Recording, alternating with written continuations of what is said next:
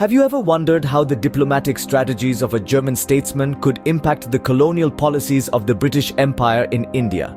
This question opens up a fascinating exploration into Bismarckian diplomacy, a strategy crafted by the influential Otto von Bismarck. Alongside this, we delve into the era of the British colonization of India, a significant chapter in world history. Join us as we unravel the intriguing connection between these two seemingly disparate historical events. Otto von Bismarck, the Iron Chancellor of Germany, crafted a unique diplomatic strategy in the late 19th century. This strategy, known as Bismarckian diplomacy, was a masterstroke that revolutionized the political landscape of Europe.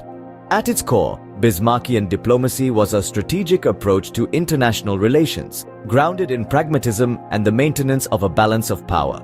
Bismarck, a shrewd diplomat, believed in the principle of realpolitik, a term that encapsulates politics based on practical and material factors rather than ideological or ethical premises. He was an astute observer of the geopolitical landscape, which he navigated with a clear-eyed understanding of Germany's strengths and weaknesses. Bismarck's goal was to ensure Germany's security and prosperity, and to achieve this, he focused on preventing the formation of any alliances against Germany. This led to the creation of a system of alliances that was as intricate as it was effective. Bismarck skillfully maneuvered through the political chessboard of Europe, forming and dissolving alliances based on the changing dynamics of power. His diplomacy was marked by a flexibility that allowed Germany to adapt to shifting circumstances without committing to permanent alliances. Bismarck's diplomacy also emphasized the avoidance of unnecessary conflicts. He believed that wars drained resources and destabilized nations, and he sought to maintain peace through diplomatic means whenever possible. Yet, he was not averse to using force when he deemed it necessary to protect Germany's interests. The impact of Bismarckian diplomacy on European politics was profound. It played a significant role in maintaining relative peace in Europe during Bismarck's tenure as Chancellor, and it set a precedent for the use of diplomacy as a strategic tool in international relations. Bismarck's strategies were not lost on the rest of the world. Other nations took note of his diplomatic finesse and the way he managed to keep Germany in a position of power, even in a volatile political environment. One such observer was Great Britain, a colonial power with its own set of challenges and ambitions. With his diplomatic finesse, Bismarck managed to keep Germany in a position of power, a strategy that others observed closely, including the British.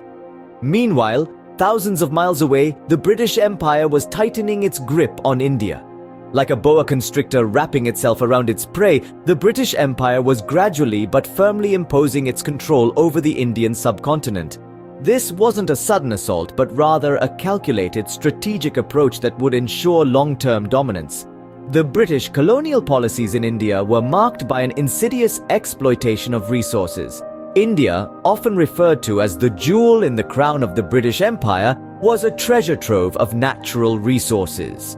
From the lush tea gardens of Assam to the coal and iron ore mines of Bengal, the British Empire stripped India of its wealth, transferring it to fuel their own industrial revolution. But it wasn't just the resources they were after. The British also suppressed local industries to ensure a market for their own goods. A prime example of this was the destruction of the Indian textile industry. Once the envy of the world, Indian textiles were deliberately sabotaged to make way for British cotton. Now let's delve into a strategy that was a masterstroke of colonial policy: divide and rule. The British, understanding the diversity of India, exploited the differences between communities, inciting communal tensions and ensuring that unity against the colonizers was near impossible. By playing off one group against another, the British maintained control with relative ease. It's crucial to remember that these policies were not just about economic gain. They were a part of a larger strategy, a grand design, to maintain control over a land and people thousands of miles away. The British needed to keep the Indians divided, ensure they were economically dependent, and suppress any form of nationalism that could threaten their rule. The British were firm in their control over India, but they needed a diplomatic strategy to maintain this power. This is where Bismarckian diplomacy comes into play. But that's a story for the next scene. For now, let's take a moment to reflect on the profound impact these colonial policies had on the fabric of India. What do the diplomatic strategies of a German statesman have to do with British India? The answer lies in the principles of Bismarckian diplomacy. Now let's delve into the fascinating intersection of Bismarckian diplomacy and British policies in India. Just as Otto von Bismarck, the German Iron Chancellor, navigated the complex political landscape of 19th century Europe, British officials in India were threading their way through a tapestry of diverse cultures, religions, and social structures. Bismarckian diplomacy was marked by a shrewd and pragmatic approach. Bismarck sought to maintain a balance of power, avoiding conflicts whenever possible. This approach was aimed at preserving Germany's position in Europe, and it's here that we find a surprising parallel to the British rule in India. When the British East India Company first set foot on Indian soil, they were entering a realm marked by a complex web of princely states, each with its own unique cultural and political dynamics. To establish their rule and maintain control, the British had to play a delicate balancing act, much like Bismarck in Europe. One of the most striking examples of this can be seen in the doctrine of lapse, a policy implemented by the British in the mid-19th century. This policy declared that any princely state or territory would automatically be annexed if the ruler was either manifestly incompetent or died without a male heir. This was a strategic move, allowing the British to extend their control over India without resorting to outright conflict. The British also adopted Bismarck's principle of realpolitik in their dealings with the Indian princely states.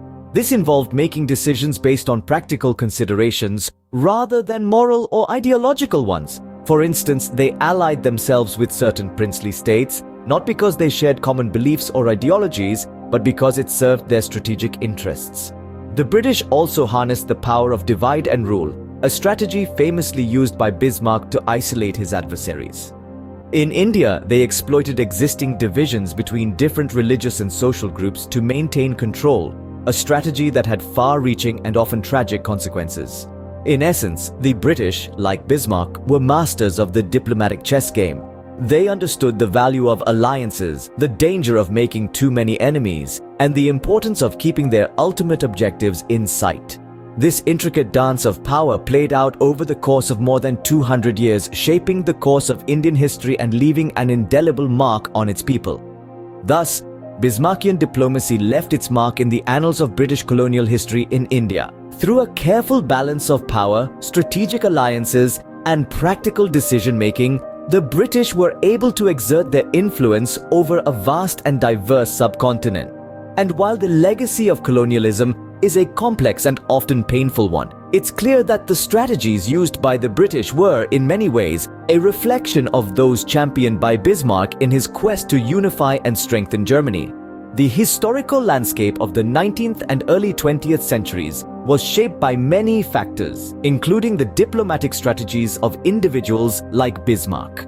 As we journey back through time, we find that the threads of history are intricately woven together, each influencing and shaping the other. The impact of Bismarckian diplomacy, named after its chief architect Otto von Bismarck, is still evident today. Bismarck's diplomatic strategies were based on the principles of realpolitik, or politics grounded in practical and pragmatic considerations, rather than ideologies and morals. This approach was indeed revolutionary for its time, and its influence extended far beyond the borders of Germany, reaching the far-off lands of India under British colonial rule.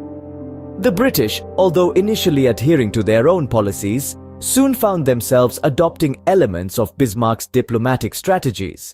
They saw the merits of realpolitik and recognized its potential in maintaining control over their vast and diverse colonial territories. Bismarckian diplomacy's most significant contribution to British policies in India was perhaps the idea of divide and rule. This strategy, while not directly attributed to Bismarck, was certainly in line with his realpolitik approach. The British effectively employed this tactic, playing off the religious and cultural differences between Hindus and Muslims to maintain their hold over the subcontinent.